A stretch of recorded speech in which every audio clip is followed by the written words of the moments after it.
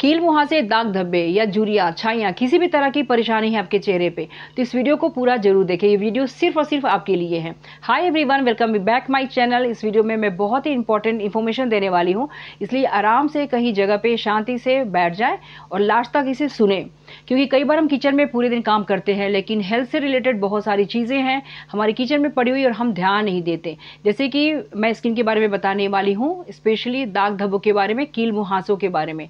अगर आपके चेहरे पे कील मुहासे हैं तो दालचीनी का उपयोग करें, खाने में भी और लगाने में भी। यानी कि अगर मसाले के डब्बे में दालचीनी है तो उसे बाहर निकालें और उसकी फाइन पाउडर बना लें। फाइन पाउडर बनाने के बाद 1 स्पून आपको दालचीनी का लेना है, भर भर के नहीं, एक छोटी स्पून में लेना है। और मध है तो मध में से 2 स्पून आपको मध लेना है।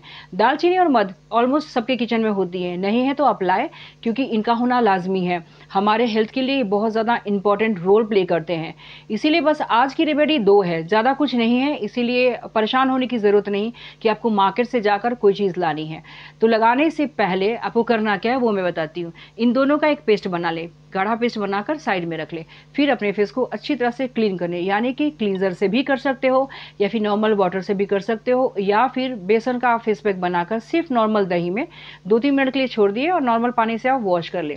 ठीक है, उसके बाद फेस पे ये पैक को अप्लाई कर ले, नीचे से ऊपर की ओर, ऊपर डायरेक्शन में। आंखें अच्छे से अप्लाई करने के बाद 10 से 15 मिनट तक इसे छोड़ दें। छोड़ने के बाद नॉर्मल पानी से आप वॉश कर ले। वॉश करने के बाद रोज़ वाटर होती है, उसे स्प्रे करके 5 से 10 मिनट उसे छोड़ दें। एक चीज़ मैं बोलना भूल गई कि टॉवल का यूज़ नहीं करना, यानी कि फेस जब धोकर आते हो तो कई लेडीज़ होती हैं कि टॉवल लेकर आती हैं, उसे अच्छे से पोंछने लगती है। पोंछना बिल्कुल नहीं है, इसीलिए तो आपकी स्किन ड्राई हो जाती है और बहुत तरह की परेशानी होती है, यानी कि झुर्रियाँ भी पड़ने लगती है। और नेचुरल तरीके से अगर आप सूखने देते हो ना, तो हमारे स्किन में जो मॉइस्चर है ना वो बनी रहती है, इसलिए टॉवल का उपयोग नहीं करना है।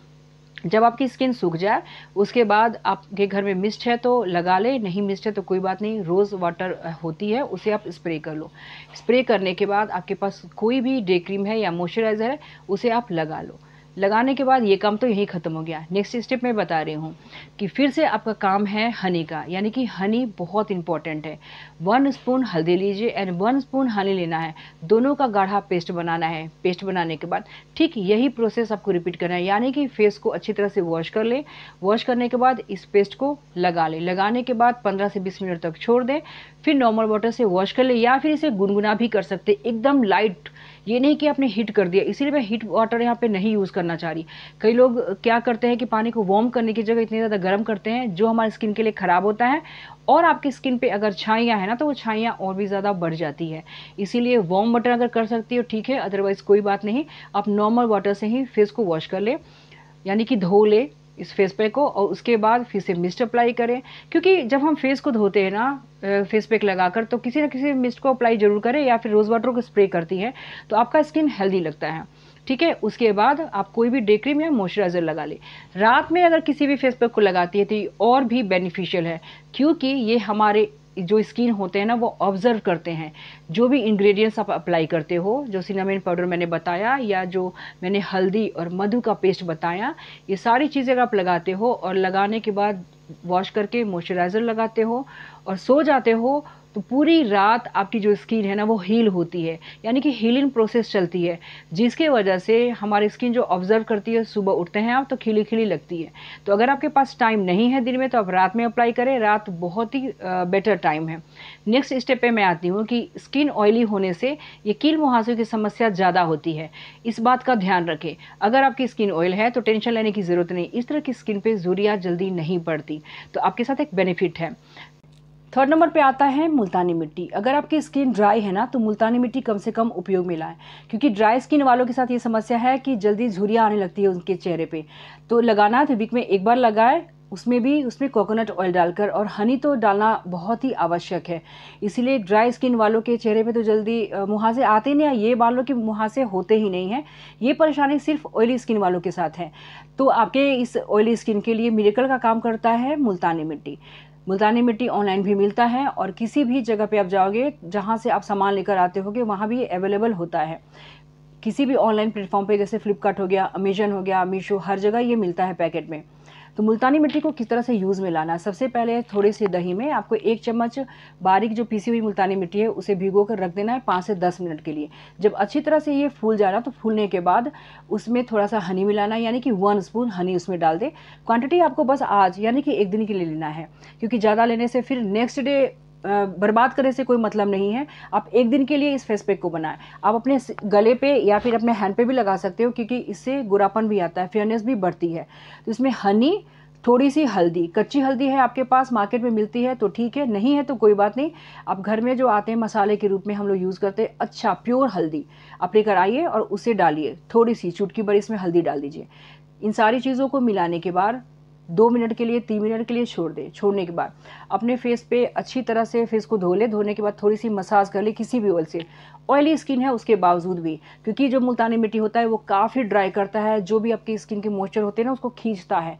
थोड़ा सा मसाज कर ले, एक तरह से ये फेशियल भी हो जाएगी। उसके बाद मसाज करने के बाद उस ऑयल को कुछ करना नहीं। अगर आप ये सोचो कि मसाज करने के बाद क्या करना है, कुछ नहीं करना है। आप इस फेस पैक को अच्छी तरह से लगा लो नीचे से ऊपर डायरेक्शन में, जैसे मैंने पहले भी बताया। लगाने के बाद 10 से 15 मिनट या जितना भी वक्त लगे सूख जाए। सूखने के वक्त आपको ध्यान देना है कि पूरी तरह से ड्राई नहीं होना है, यानी कि आपके जो फोरहेड पे है ना वो पतली पतली लाइन नहीं बननी चाहिए। यही रीज़न होता है रिंकल्स का, क्योंकि हम कभी ध्यान नहीं देते और अपने फेस पैक को इतना सुखा देते हैं। कहीं आप बात करने लगते हो या किचन में काम करते हो ना, उस समय आपकी फेस पैक सूख जाती है और बहुत देर के बाद जाके आप वॉश करते हो, जिसके वजह से धोने के कुछ दिनों के बाद धीरे धीरे आप देखोगे ना कि स्किन लटकने लगती है। तो वो चीज़ अगर बचना है तो आपको बिना पूरा सूखे बीच में ही धोना है, यानी कि कहीं कहीं अगर थोड़ी थोड़ी गीली रहे। और गलती से अगर सूख गया तो उसका भी उपाय है, बिना बोले आपको बात नहीं करनी है, बीच में जाइए और जाकर हल्की हल्की पानी डालिए, जिससे कि थपकी देकर आप इसे भिगो दीजिए। भिगोने के बाद जब आपको लगे कि ये गीला हो चुका है, फिर धीरे धीरे स्क्रब करते हुए अपनी एक उंगली से इसे राउंड राउंड सर्कल में करके आप इसे वॉश कर सकते हो। वॉश करने के बाद फिर से रोज़ वाटर या मिस्ट बना हुआ है उसे स्प्रे करें, फिर कोई मॉइस्चराइज़र अप्लाई कर ले। इस तरह से करके आपको अपने फेस का ख्याल रखना है कि ऑयल नहीं जमे। ऑयल की वजह से कील मुहासे या दाग धब्बे आते हैं।